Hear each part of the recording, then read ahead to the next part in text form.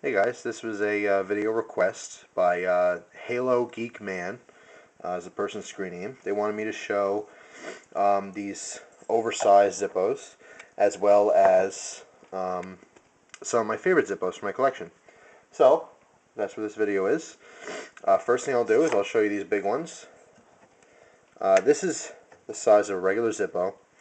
The first one's obviously oversized. These are not licensed by Zippo, so they're not genuine brand. They're just made in China or elsewhere. This first one, from top to bottom, measures about 4.25 inches. Looks like. The other one is much bigger. I don't know if you can move the camera up a little. I'll show you the difference between that one and this one, and then of course a regular size Zippo. There's a good size comparison. These are sold as table lighters. They're good conversation pieces. To be on, to leave on a coffee table. If you live in a smoking home and you have guests. Both of these, large and small, they both work. You hear that very, very loud hinge. What they have. Oh, actually, let me measure this. Forgot to measure the big one. That is 6.5 inches. Let me move this out of the way so you can see that. About 6.5 inches. Pretty big. Definitely a good conversation piece. But as you'll see, you have a large chimney, a very large striker wheel. Okay. But then, of course, you have it takes regular sized flints.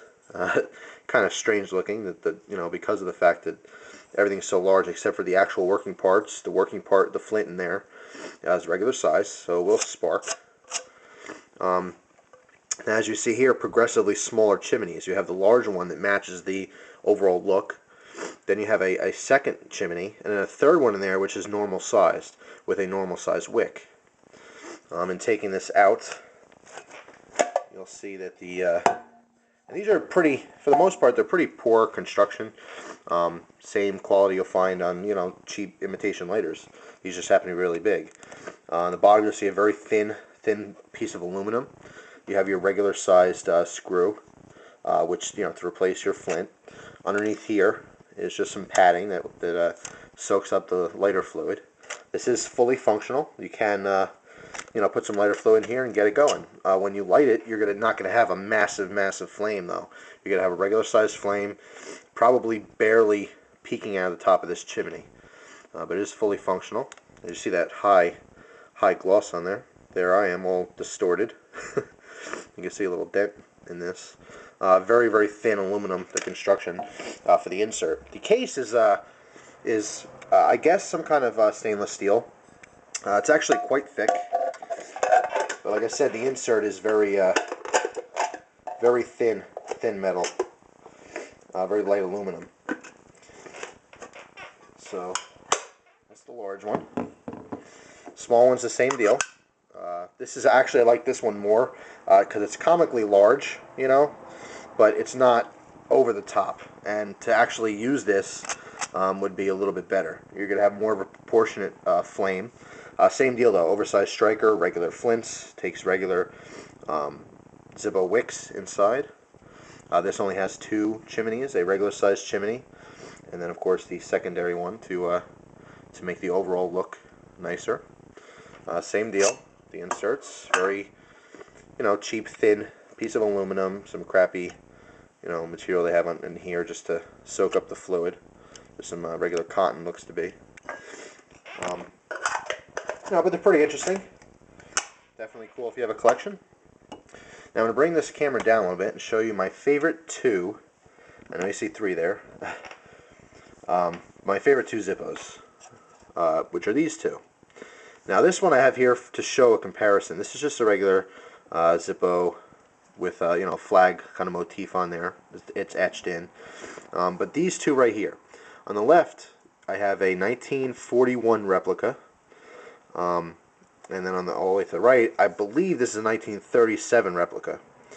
Now what I like about these is the throwback. Obviously you see that very, very high polish on that one. And this is more of a brushed finish. Brushed chrome would be that type of finish. But As you can see here, the sides are pretty high polished, but you have the brush on the front. I love that contrast. Very nice. You see me again, my blue shirt. But like I said, this is a 1941 replica. In 1941, the Zippos were, towards the beginning of Zippo history. They changed a little bit in design, but from the full change, I believe, I'm not going to tell you the year because I really don't know it, but somewhere I guess in the early 50s they stuck with with this design and just stuck it out for the long haul. And they haven't changed since. But in starting off if you don't know, Zippo, the company, originally started in 1932,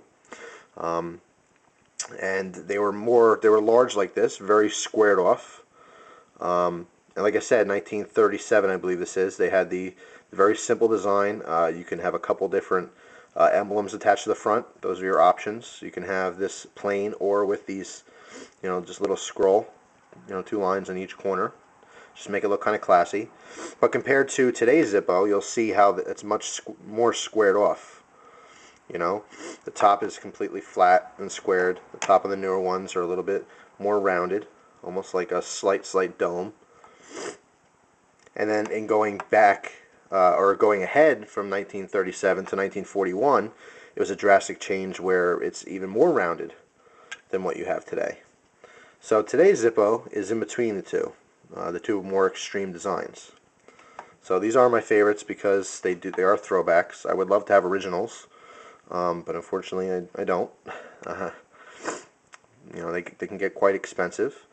But that's it. Obviously besides the one with the wine Zippo that I showed, these have to be probably my favorite, the 2 throwbacks. So thank you very much for watching. And I believe I'm going to do another Zippo related video on counterfeits. So that should be coming up soon. Once again, guys, thank you very much for your time. Have a pleasant day.